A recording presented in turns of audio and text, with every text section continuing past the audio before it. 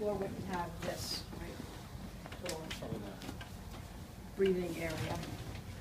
Okay, so the patient's gonna start prone on the floor, with his arms at his sides, legs straight, and then just with the forehead on the floor so that the head and neck are midline.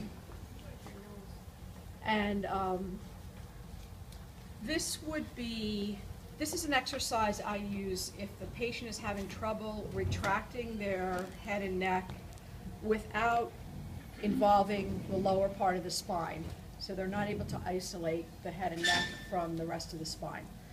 And what we're gonna do is instruct the patient before they move to just feel their body weight resting on the rib cage on the floor. And that's why the floor is really a better surface for this, because this is a little softer and they won't feel that proprioceptive sensation as much. So I'm gonna ask the patient to keep the chin tuck and then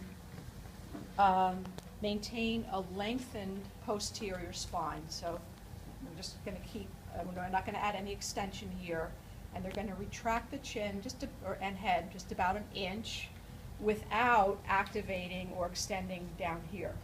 So this makes it easy, and then relax.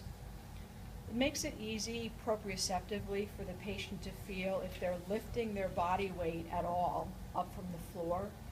That means they're involving their lumbar rector spinae. So just try to let your lower back relax completely, let everything fully relax. And can I lift this up about 6 inches? Okay, so what we're gonna look for is ideally no activation here.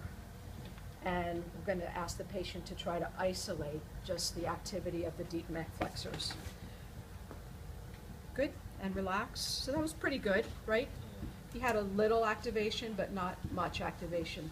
So I would just coach him again, let everything relax, and before he starts to move at all, feel the pressure of his body weight on his ribs on the floor, and try not to let that change or lift up at all as he retracts.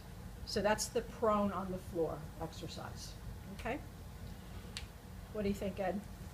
That was rough. It was rough? Mhm.